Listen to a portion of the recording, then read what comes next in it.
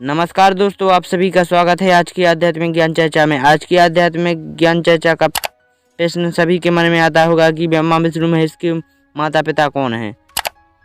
यह जानने के लिए हम दो संतों के विचार लेकर आए हैं। एक तरफ है अनिरुद्धाचार्य जी महाराज, दूसरी तरफ संत रामपाल जी महाराज। आइए अब जानते हैं अनिरुद्धाचार्य जी महाराज के विचार। देखिए, शंकर जी के पिता हैं ब्रह्मा, ब्रह्मा के पिता हैं भगवान नारायण। अब ये प्रश्न खड़ा हुआ कि नारायण के पिता कौन है। आपको पता है कि भगवान नारायण के पिता कौन है? मैया जी, ओ मैया, आपको पता है कि भगवान नारायण के पिता कौन है? किस किस को पता है? किसी को नहीं पता। नारायण के पिता कौन है? कोई नहीं ना?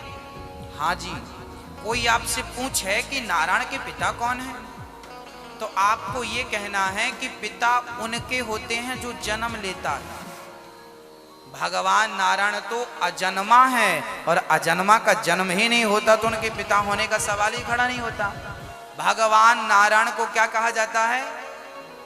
अजन्मा। क्या कहते हैं मेरी माँ? उनके माता, वो सबके माता पिता है, वो सबके माता पिता हैं। अभी आपने सुने अनिरुद्धाचार्य जी महाराज के विचार कि शिव के पिता हैं ब्रह्मा, ब्रह्मा के पिता हैं विष्णु, विष्णु जी अजन्मा है। तो अब आइए अब जानते हैं संत रामपाल जी महाराज के विचार। ब्रह्मा विष्णु महेश की जीवनी, ये वही देवी भागवत गीता प्रेस गोरखपुर 123 पृष्ठ पे,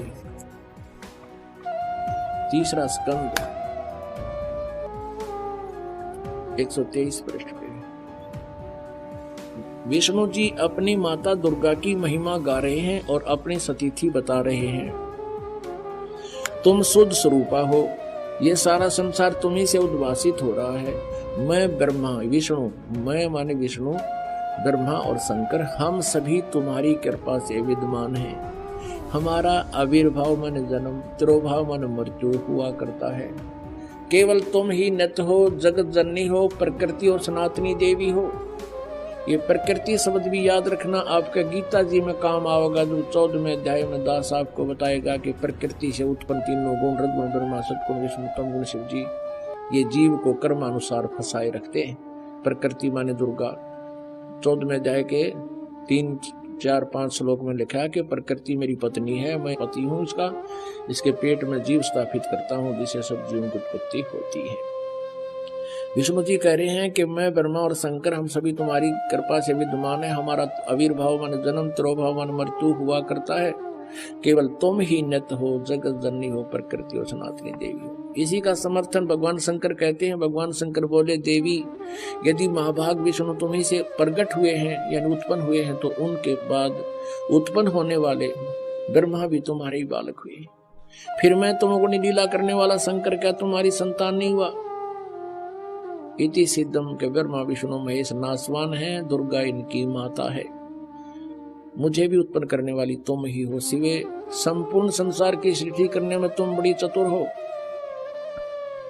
इस संसार की सृष्टि, स्थिति और संहार में तुम्हारे गुण सदा समर्थ हैं।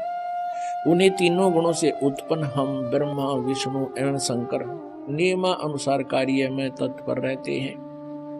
इससे सिद्ध हो गया रजगुण ब्रह्मा, सतगुण विष्णु, तमगुण शिव जी, और ये केवल नियमित काम कर सकते हैं। जैसा वर्क डन, इसमें कोई परिवर्तन ये नहीं कर सकते। इस पवित्र पुराण के इन चंद पंक्तियों ने ये स्पष्ट कर दिया, 4 कंसेप्ट क्लियर कर दिए। एक तो ये है कि ब्रह्मा विष्णु महेश नासवान, इनकी जन्म मृत्यु होती है। दूसरा ये हो गया कि दुर्गा इनकी माता है। तीसरा ये हो गया कि रजगुण ब्रह्मा, सतगुण विष्णु, तमगुण शिव जी है। और चौथा ये हो गया कि ये केवल जैसा जिसने कर्म किया है उतना ही आपको दे सकते हैं, उसमें कोई परिवर्तन नहीं कर सकते।